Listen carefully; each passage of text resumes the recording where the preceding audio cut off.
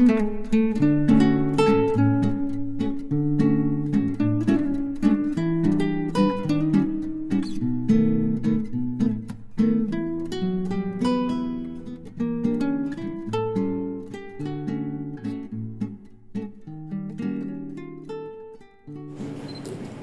et messieurs, nous sommes réunis ce jour pour vous présenter le rapport annuel général d'activité communément appelé RADA de l'année 2023, conformément aux dispositions de l'article 18 de la loi numéro 82/2015/CLT du 24 novembre 2015.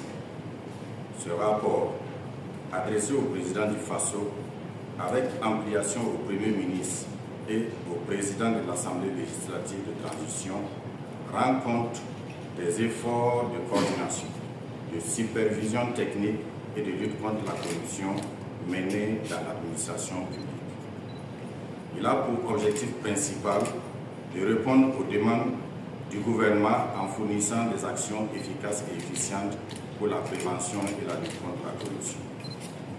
À ce titre, il s'inscrit pleinement dans la vision stratégique de l'engagement constant de son Excellence le Président du FASO, premier acteur national de la lutte contre la corruption, qui a fait de l'intégrité et de la reddition des comptes les fondements de son action publique. Mesdames et messieurs les journalistes, chers invités, l'année 2023 fut à la fois exigeante et porteuse de progrès. Elle a permis à l'ASE de consolider ses acquis structurels et renforcer son ancrage institutionnel. Par ailleurs, elle a permis à l'ASE de mettre en œuvre des initiatives innovantes en matière de contrôle administratif, de prévention et de sensibilisation. Et enfin, elle a permis à l'ASE de produire des résultats concrets et mesurables au bénéfice des citoyens, des usagers du service public et de la gouvernance nationale. Ainsi, en 2023, l'ASE a mené diverses activités de sensibilisation pour prévenir la corruption et sensibiliser les citoyens sur les méfaits de la corruption et des infractions assimilées. Au chapitre de la déclaration d'intérêt et de patrimoine, la plateforme en ligne a facilité l'inscription de 4 400 sur 7 056 assujettis et 2 959 déclarations effectuées.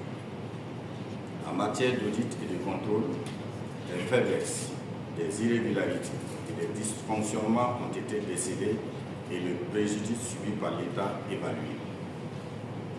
Dans la rubrique de la participation citoyenne, des plaintes et dénonciations ont été enregistrées. Le préjudice causé à l'État par les infractions pénales a été également évalué. Ainsi, des dossiers d'enquête pénale doublés ont été transmis aux juridictions. Les décisions judiciaires ont abouti à des peines de prison et des amendements pécuniaires importantes, bien que, faut-il le dire, les appels aient parfois entraîné une atténuation des sanctions.